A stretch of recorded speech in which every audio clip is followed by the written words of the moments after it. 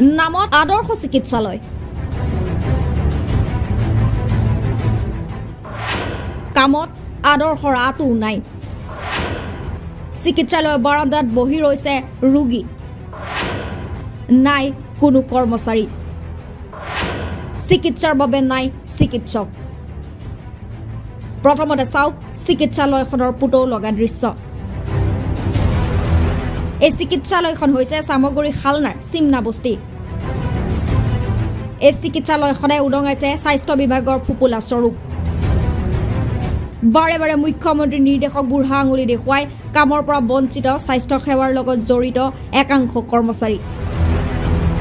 পুৱাৰ ভাগত চিকিৎসালয়খনত নাই এগৰাকীও চিকিৎসক যাৰ বাবে চিকিৎসালয়খনৰ বাৰান্দাত বুন্দা পৰ্দি ৰৈছে ৰোগী 8:30 উপস্থিত থাকিব লগা চিকিৎসকৰ পুৱা 10 বজালৈকে নাই কোনো উংঘাম ভৰিত আঘাতপ্ৰাপ্ত এটা শিশুক চিকিৎসা প্ৰদান কৰিবলৈ আহি হাহাকাৰ শিশুগৰাকীৰ অভিভাৱকৰ ইয়াত মডেল হস্পিটেল লাগে বুলি এখন আমাৰ স্থানীয় বিধায়কক আহ্বান কৰিছিল সেই আহ্বান মৰ্মে এখন ইয়াত আপোনালোকে দেখিছে মডেল হস্পিটেল ইয়াত স্থাপন হ'ল কিন্তু এতিয়া বৰ্তমানে মডেল হস্পিটেলখন এটা জকাহে হৈ আছে মানে জকা নিচিনা ইয়াত যিখিনি বস্তু সামগ্ৰী থাকিব লাগে ইয়াৰ ৰোগীৰ কাৰণে যে চিকিৎসাৰ বাবে সেইখিনি ইয়াত একেবাৰে নাই আপোনালোকে নিশ্চিতভাৱে এতিয়া গোটেইখিনি ভিজুৱেল ল'লে আপোনালোকে আল্ট্ৰাছাউণ্ড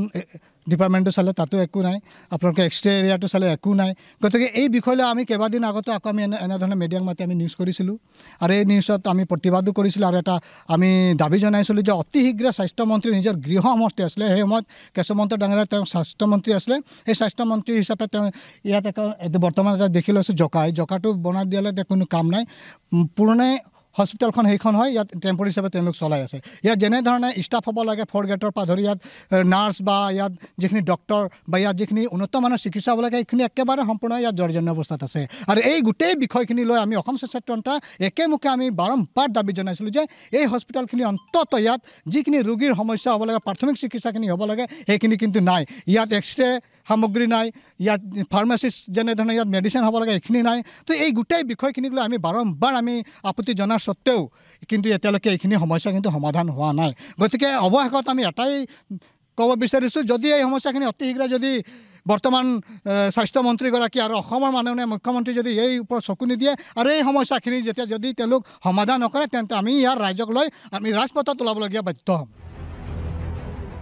শেহতীয়াকৈ চিকিৎসালয়খনত নাই পৰ্যাপ্ত চিকিৎসা সেৱাৰ সঁজুলি এনেদৰে চাহ অধ্যুষিত ভিতৰুৱা ঠাইসমূহত উন্নত চিকিৎসাৰ পৰা বঞ্চিত হৈ ৰৈছে চাহ শ্ৰমিক তথা অঞ্চলটোৰ বাসিন্দাসকল কোঠাই কোঠাই ওলমি ৰৈছে প্ৰকাণ্ড তলা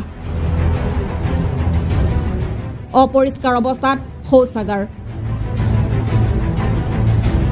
এতিয়া প্ৰশ্ন হৈছে কেনেকৈ চলিছে ৰাজ্যৰ স্বাস্থ্য বিভাগ প্ৰকৃততে চিকিৎসা সেৱা লাভ কৰিছেনে সাধাৰণ ৰাইজে